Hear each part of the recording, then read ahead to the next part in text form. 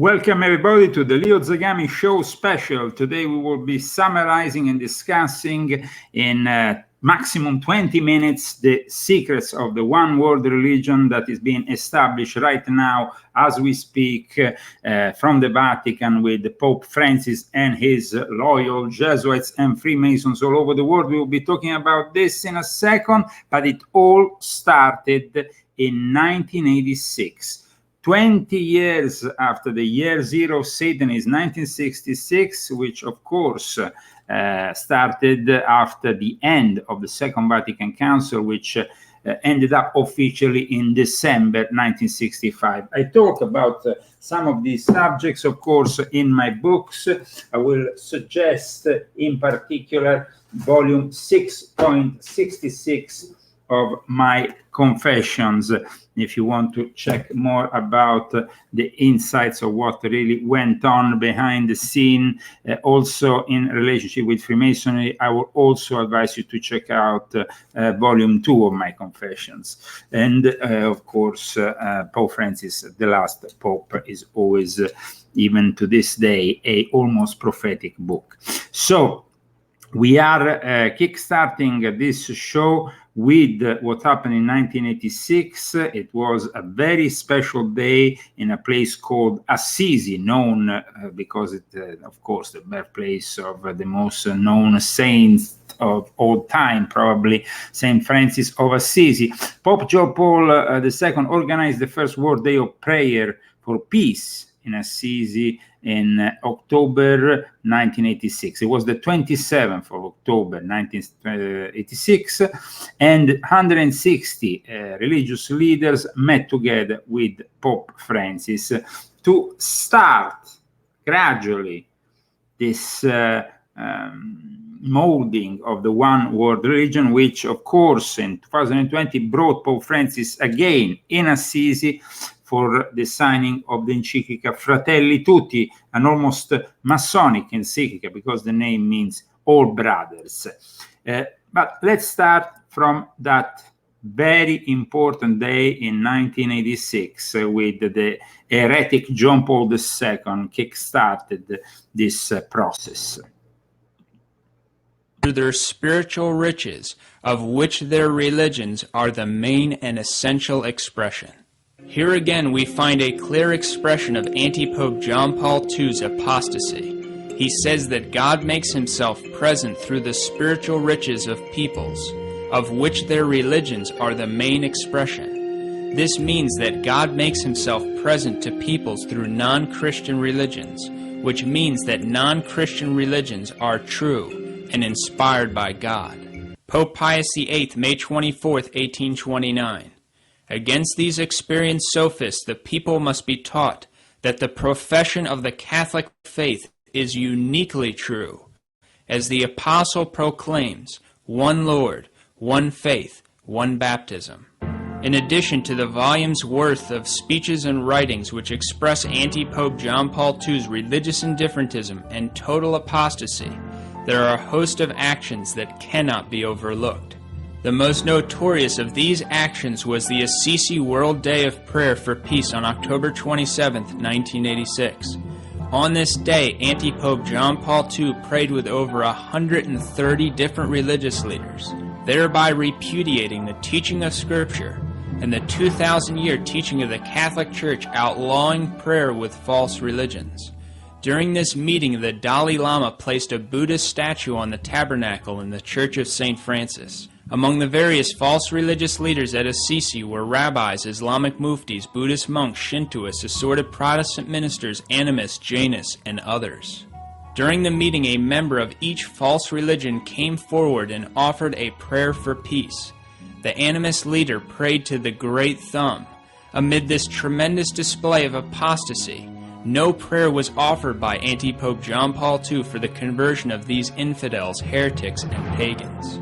Pope St. Celestine I, Council of Ephesus 431, Chapter 8. Pray that the faith may be granted to infidels, that idolaters may be delivered from the errors of their impiety, that the light of truth may be visible to the Jews, and the veil of their hearts may be removed, that heretics may come to their senses through a comprehension of the Catholic faith, that schismatics may receive the spirit of renewed charity. The 1986 Assisi event is exactly, I repeat, exactly what Pope Pius XI authoritatively condemned in his encyclical Mortalem Animos. Pope Pius XI, Mortalem Animos, No. 2, January 6, 1928. For which reason conventions, meetings, and addresses are frequently arranged by these persons, at which a large number of listeners are present, and at which all without distinction are invited to join in the discussion, both infidels. So here we have, of course, a very traditionalist Catholic view of a very untraditional occasion that, of course, we all remember, sadly, as a non-Catholic occasion, because it's from that moment onwards that this dialogue was used at also geopolitical level to implement in the future the one world religion, which now we are seeing formalized by Pope Francis. And of course, this religion is coming together, first of all, within the Abrahamic family. So the Muslims, the Jews, and the Christians. Now, next year, the Abrahamic family house will be inaugurated in Abu Dhabi. We will have basically a sort of temple that puts together these three major faiths. Here we have images of this project, which is already 40% ready and will be inaugurated in 2022. And it's not the only project of this kind that we find at the moment, because in 2025 we will have a similar project also inaugurating in Berlin. So here we are. Welcome everybody for this Leo Zagami show special. Today I'm summarizing really what's happening with the one world religion, which is really the mouthpiece of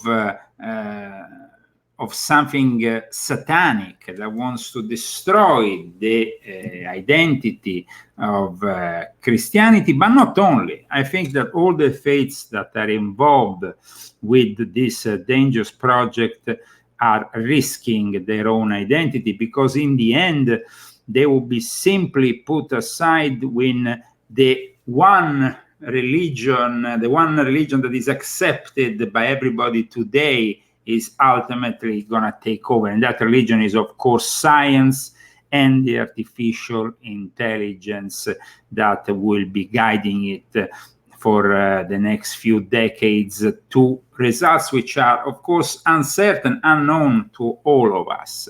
So in the meantime, I'm showing you, of course, the images of this temple in a country where crosses are not even permitted. Here we have, or we should have, a cross, at least in the Christian side of this Abrahamic family house. But we are not sure about that. This is, of course, what you're seeing, a virtual projection of what is to come. So we will be, of course, very curious to see the results of this project next year. This is the Abrahamic family house, and this is, of course, the result of the signing of this historic document called the Human Fraternity, of course, a Masonic inspired document, just like Fratelli Tutti, the encyclica. And this project kickstarted 2 days after the meeting in Abu Dhabi between Pope Francis and, of course, his Sunni Islamic counterpart, one of the most important imams in the Sunni world.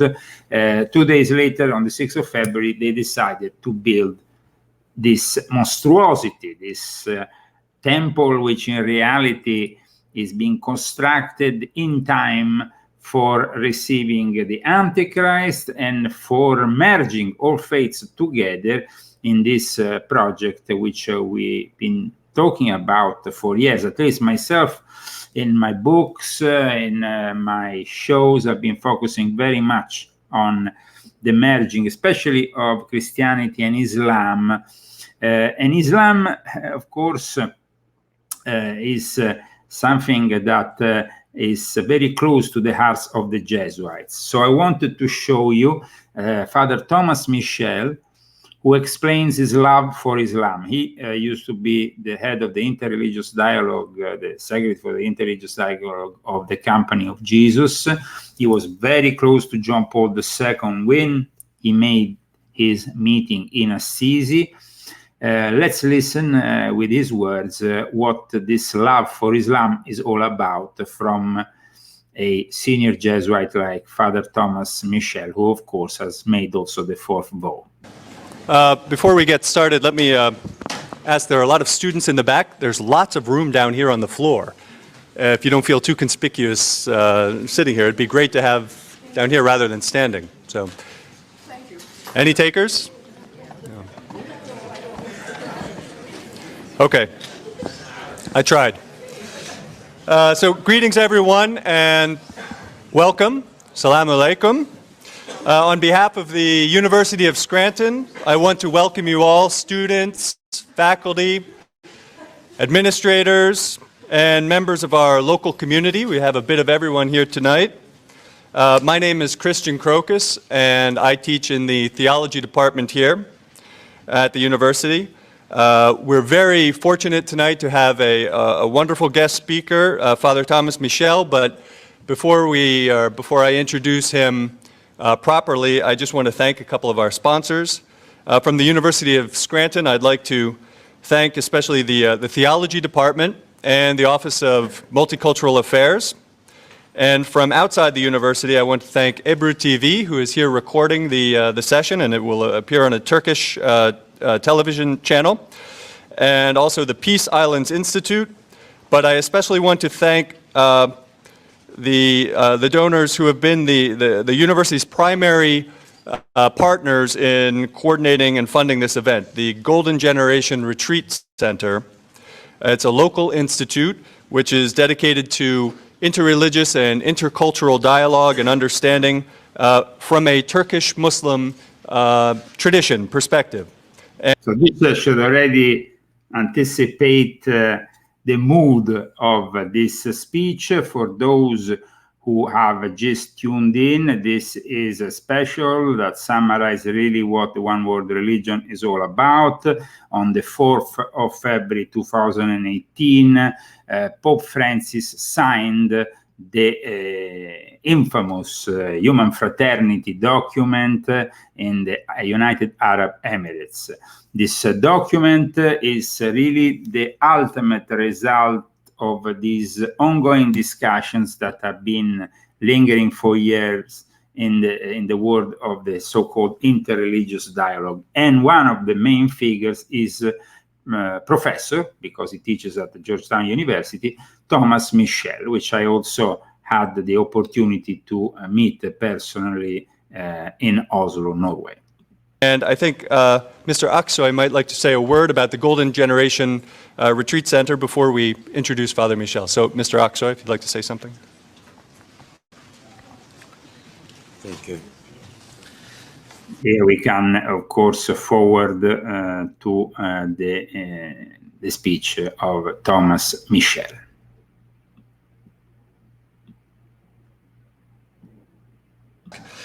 And at the conclusion of the lecture, you'll be invited to share some Turkish treats, which are outside the room, courtesy of the Golden Generation We're going to have some Turkish delights. Center. So please help me in welcoming Father Thomas Michel.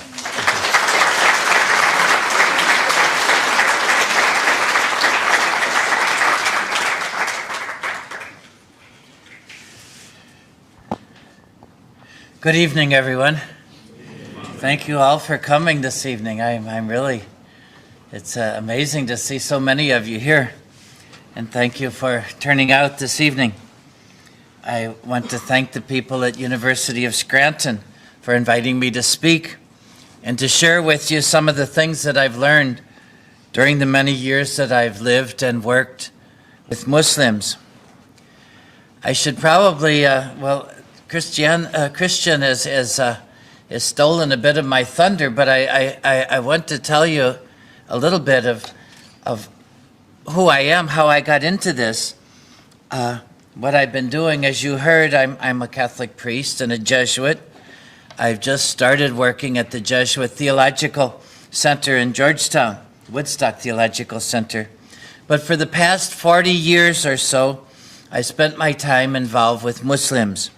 About half the time, as you heard, I teach Islamic studies in Christian and secular universities. I've taught in Turkey and in Iran and Indonesia and Libya, Kyrgyzstan. And about half the time I teach Islamic studies in Christian and secular universities, and the rest Christian theology and Muslim institutions. I've lived very often in cities in various countries where I was the only Christian. And the Muslim students that I taught, I was the first Christian they had ever met.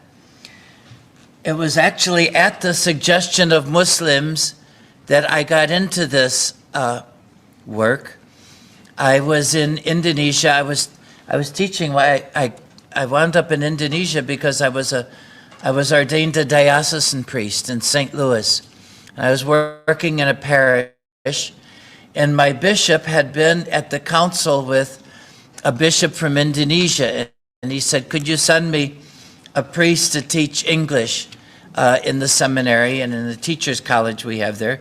So I was in Indonesia. Seemingly innocent Jesuit is one of the coordinators of the upcoming One World Religion. He's actually more of a Muslim than a Catholic, and he has been very much involved, like most Jesuits, in coordinating this rise of the movement that basically was created in Turkey by a descendant of Muhammad called Fethullah Gulen. Fethullah Gulen is a very peculiar character. He lives at present here in the United States, protected by the Clinton Foundation, protected by the deep state in Pennsylvania. And he was somebody who basically, when he was 5 years old, he was talking a number of languages. By 10, he had read hundreds of books. A boy wonder in the religious sense.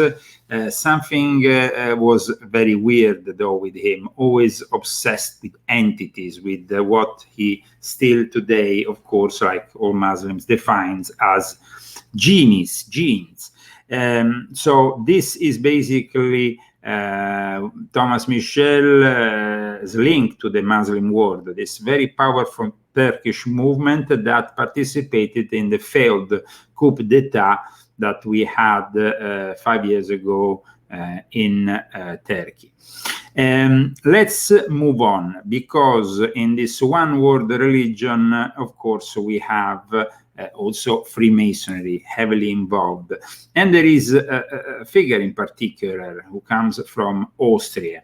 Let's go to a Masonic website. So we can actually retrieve such information from a site that, of course, is trusted by Freemasons, so they can't lie to their own Freemasons. Huh?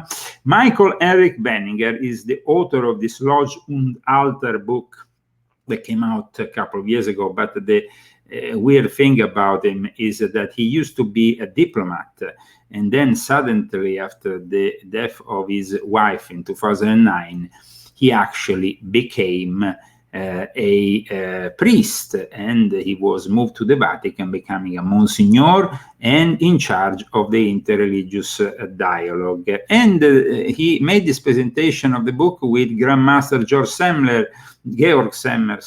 of the Grand Lodge of Austria, and there was present also the Grand Master of the United Grand Lodge of Germany, and United Grand Lodges, because they have more than an obedience unified in a peculiar system there in Germany. However, the reason why people are astonished with Father Michael Benninger is that he is openly a Freemason. He actually in 2014, like even this Masonic website, Masonic Freemason for Dummies blogspot says, he celebrated a mass at the consecration of a new English McMaster's Lodge, St. Margaret's Lodge number 1954 in the Austrian town of Slet. He was named on a public website as the chaplain during officers' installation of 3 lodges.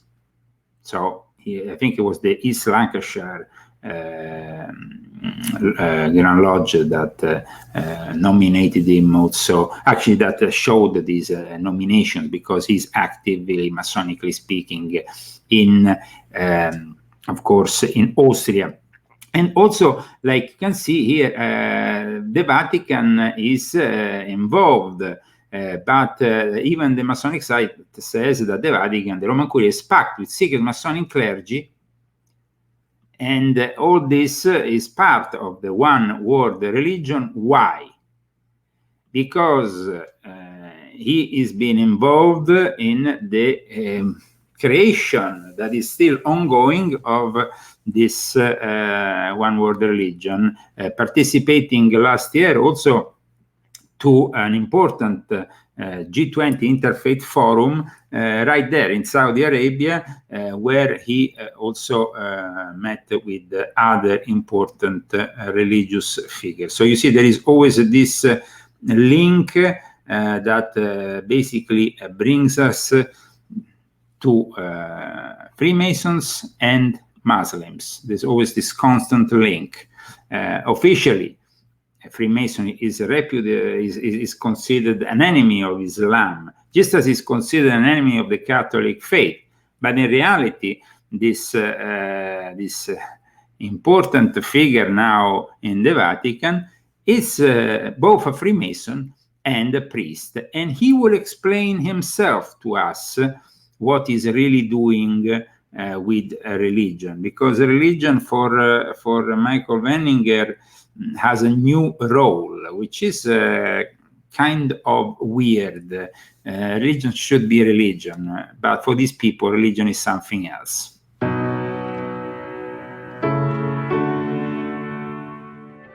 And this video comes to us courtesy of a diplomatic institution in Austria.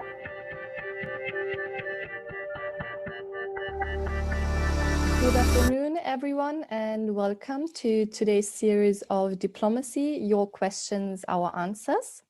My name is Caroline Parchet. I'm a second-year master student here at the Diplomatic Academy. And today's topic is connected to globalization and whether there is a new role for religions. Therefore, I'm very happy to welcome our two distinguished... So there is a new role for religions. We couldn't just go along with the old role. So what is this new role? Before we go back to this Freemason diplomat, ambassador turned Monsignor, let's go to the new role of religion, because you have to understand what is this new role, and it's obviously clear when you see what these religious leaders are doing with Pope Francis recently in the Vatican.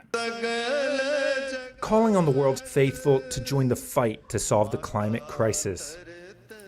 40 religious leaders gathered at the Vatican on Monday to add their voice to the growing chorus calling for world leaders to take real action to tackle the crisis. So the climate change suddenly is not only a crisis that needs to be tackled politically, but by the religious leaders. The religious leaders. Because ultimately the new religion of today is what Greta Thunberg is pushing. Greta Thunberg is a sort of anti-Christian figure, which I have described very well in Volume 4 of my Confessions in relation to this new eco-religion which is coming together. And of course, the Catholic Pope, Pope Francis, called the meeting, but preferred to let others speak. I call on all young people, regardless of their religion, to be ready to fight against any action that may damage the environment or increase the climate crisis. The meeting was labeled Faith and Science, and many spoke of the need to fuse our rational and spiritual sides. Together, faith and science, people of different faith can transform fear in hope, anxiety in confidence, inaction into action. Others highlighted the responsibility religion confers on humanity. That the water is the father, the air is the teacher, and earth is our common mother. Just as we don't dishonor our mother, father, and teacher, why would we dishonor these gifts from our Creator? We must address the unequal economic systems and the human impacts of climate change. Though they aren't political leaders, the president of the upcoming UN Environmental Conference says they have an important role. There is a very unique voice that religious leaders have when they talk to other world leaders, the leaders of governments, and that, I think, is what now needs to happen. For that voice... This guy is connected to the meeting, which is currently taking place in Glasgow, Scotland. That meeting that was inspired by Pope Francis, that ultimately didn't go there in person, he's not going there in person, but he's been the main inspirator, because he's also the driving force of this new world order. The Jesuits are on top of it all, using, of course, the financial side from the Sabbatean Frankists, the heretical Jews that help him out in the process. All this is coming together right now in 2021, but in 2022 we have, of course, that temple which I've showed you at the beginning of the show. But it's not the only temple. In 2025 we will have another major temple that unifies the free Abrahamic faith in Berlin. So the One World Religion is going to have also another temple, which is currently under construction and will be ready for 2025. Here it is. The House of One, a project by architect Wilfried Kuhn, plans to build a church, a synagogue and a mosque under the same roof. The €43.5 million building is set to be completed by 2018 and is relying on donations. It will be built in the center of Berlin on top of the remains of an ancient graveyard, a symbolic way to resurrect a community and its place of worship. The church, the mosque and the synagogue will all be the same size, but of a different shape and in different sections, but linked by a communal room in the center of the building. The communal room will offer a meeting place where worshippers can come together and learn more about the different religions and each other. Each chamber will cater to the specific requirements of each faith, with a footbath in the mosque and 2 levels in both the mosque and the synagogue to satisfy the traditional requirements for gender division. The church will have just 1 floor and will house an organ.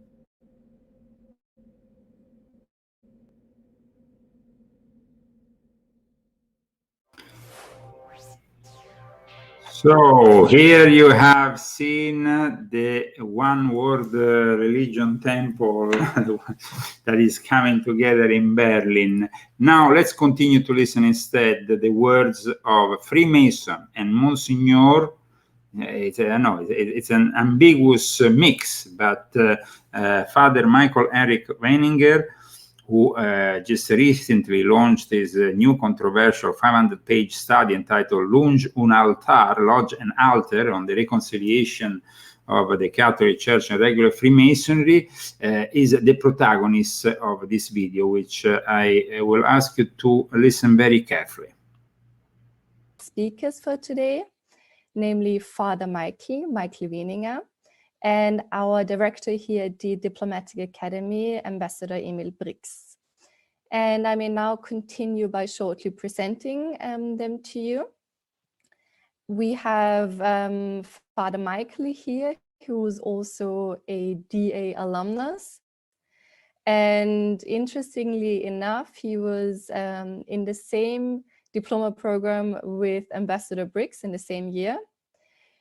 Father Michael has a background in theology as well as philosophy. Because what the interviewer here is forgetting to mention is the fact that he used to be an ambassador.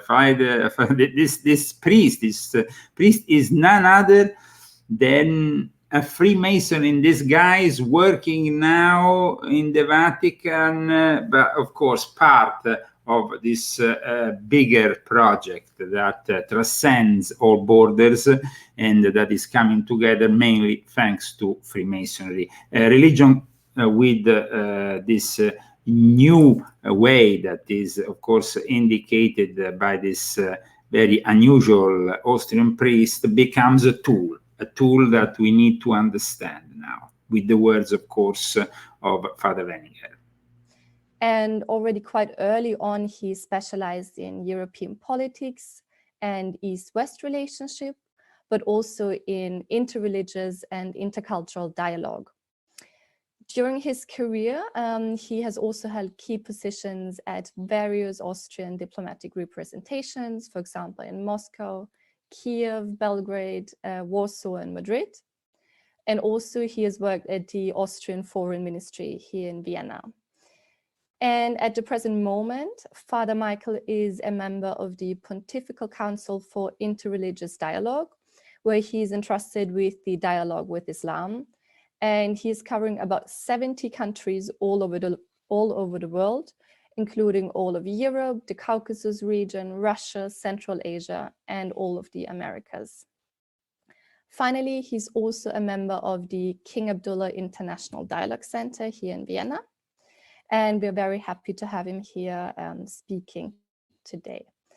Then our second speaker is... So as you can see, the link with Islam and Freemasonry is always constantly there. Ambassador Emil Briggs. As I've already mentioned, he's our director here at the Diplomatic Academy, and he is a diplomat as well as a historian.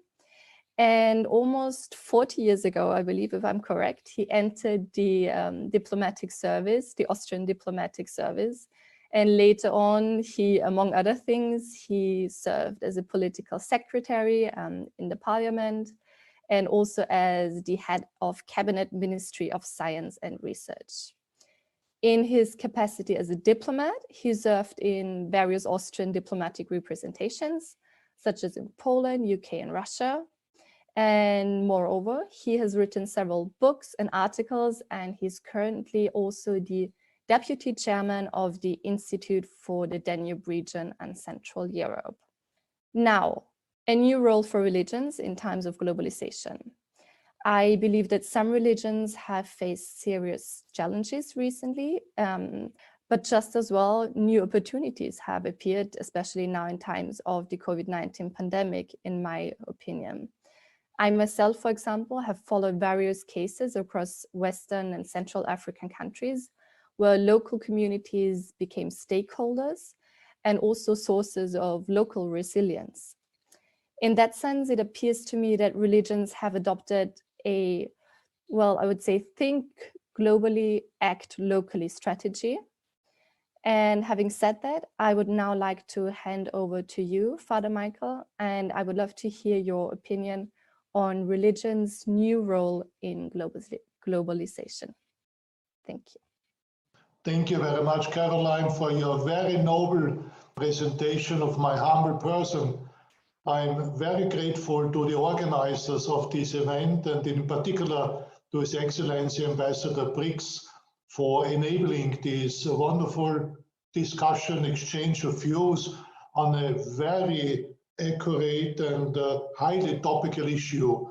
Globalization, a new role for religions, question mark. Let me start this way. It is not self-evident in today's age of secularism that you know, or all of us know, what we are talking about when we talk about religion. Hence, I would like to start by addressing 4 central themes. what is actually meant by the term religion. What does globalization mean in actual terms? Third, what does the relationship behave between religion and globalization, our major subject of our discussion today? And finally, a few sentences about the interreligious dialogue itself. So a very common understanding of what the term religion means, or in Latin, religio, religiare, means simply, in a very wide sense of this term, reconnection of human being to a higher power, to a supreme being.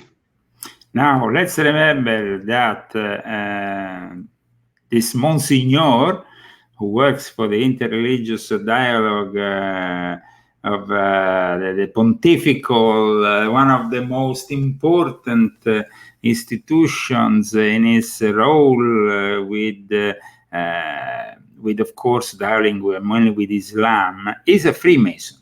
He's a Freemason.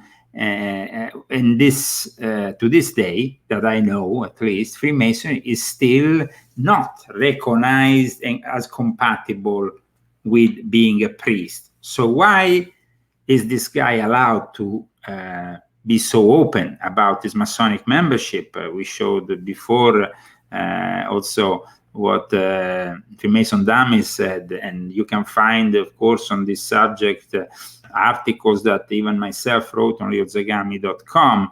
So there is this way of doing things that, of course, ignores the incompatibility and simply proceeds because they are bringing together the one world religion, and they don't care about any incompatibility and any excommunication that was given prior to today to all the Freemasons who are not even priests or monsignors like this guy. So, I mean, there is definitely something really weird and strange going on.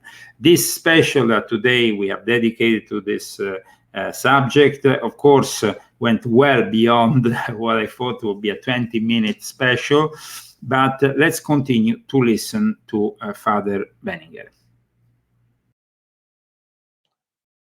And the term religion describes, of course, throughout the history, various systems of belief and practice concerning what people determine to be sacred or spiritual.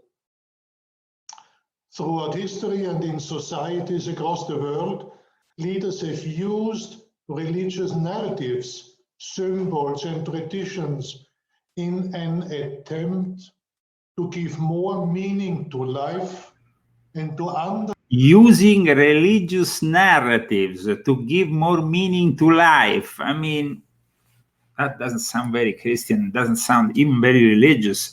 Sounds like a very pragmatic way of viewing faith as a tool that, of course, Father Benninger is using together with the Vatican and, of course, all the various religious leaders involved from the various religions to come together for maybe what will become one day a parliament of all faiths, of all religions. In the meantime, of course, all these discussions are done within an institution which runs parallel to the G20 and to all the powers of the world that, of course, are carried on by the usual political figures that are not though as powerful as these religious figures. Let's remember that.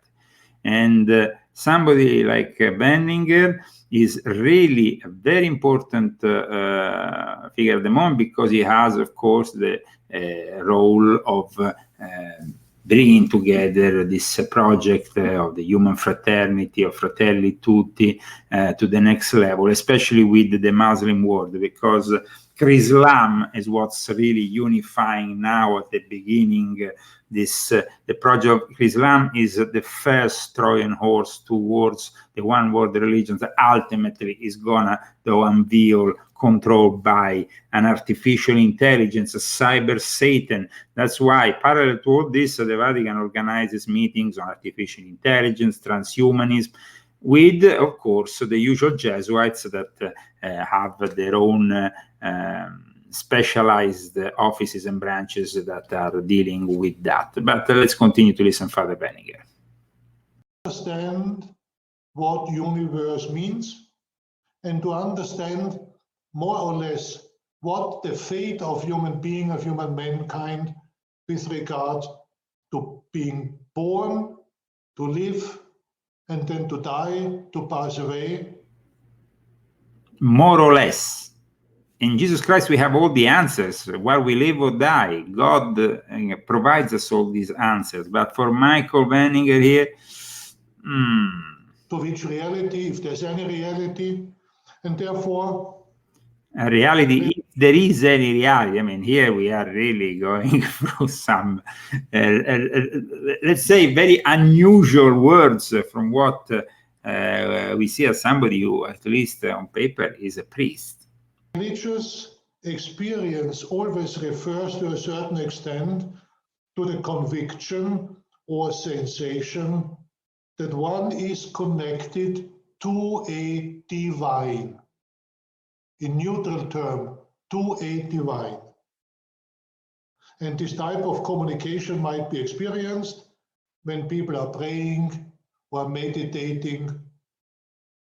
And therefore, religious beliefs are specific ideas that members of a particular faith hold to be essential. I'll give you an example, such as Jesus Christ to be believed as the Son of God, or a belief in reincarnation. And therefore, religious beliefs adhere to a large number or an uncounted number of stories about the sense of living, the creation of what we call the universe. In many religions, there are texts, but obviously you cannot recompile everything what is meant by religion and what is interpreted and what is found in meditation about the sense of living without being written down. And therefore we do have numerous books, scriptures with orientations toward what mankind believes would be the essence and the sense of the living of human mankind and possible living behind our earthly life. And therefore, religion is very, very much linked to communication. It involves a communal, transmittable body of teachings and prescribed practices about an ultimate sacred reality or a state of being that calls for reverence or awe, which means we need priests, whatever priests they, well, have shown their own identity throughout the histories.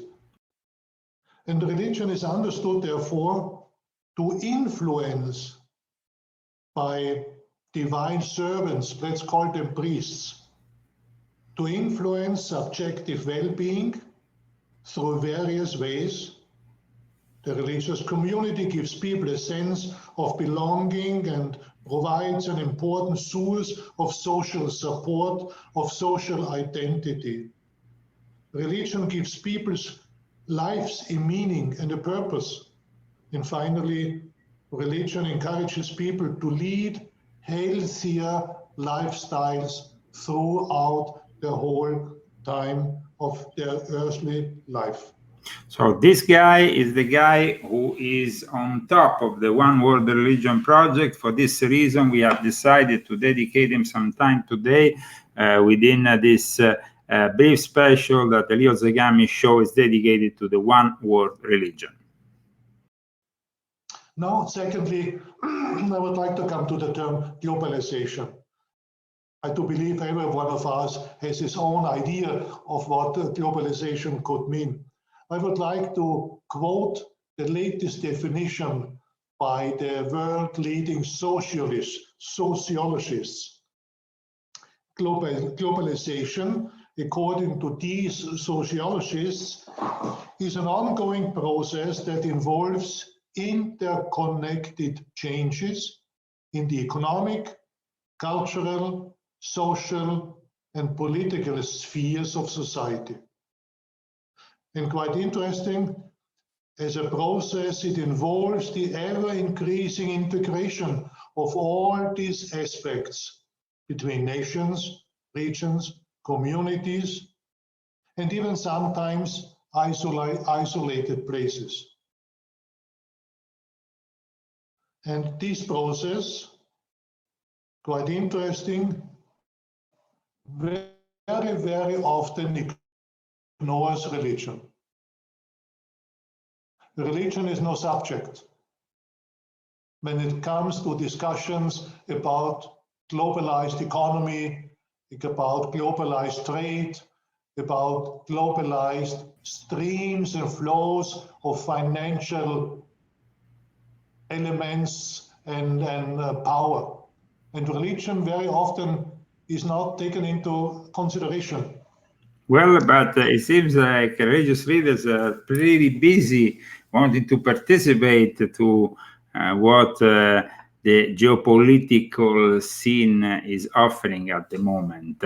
So let's, in the end, go to analyze that document that was signed on this historical day, that was the 4th of February 2019 in the United Arab Emirates. This document that will be remembered, of course, for years to come, is at the very foundation of this document, which is called Human Fraternity. It's being conceived by Freemasons, Jesuits, and all these people who are participating actively to the construction of a one world religion. Thank you very much for tuning in today. Please help us out to continue in our project by donating. PayPal me/Leo Zagami Show. I repeat, PayPal me/Leo Zagami Show. In the description of this video, you will also find the link to Fundly. And see you soon, always, for the Leo Zagami Show.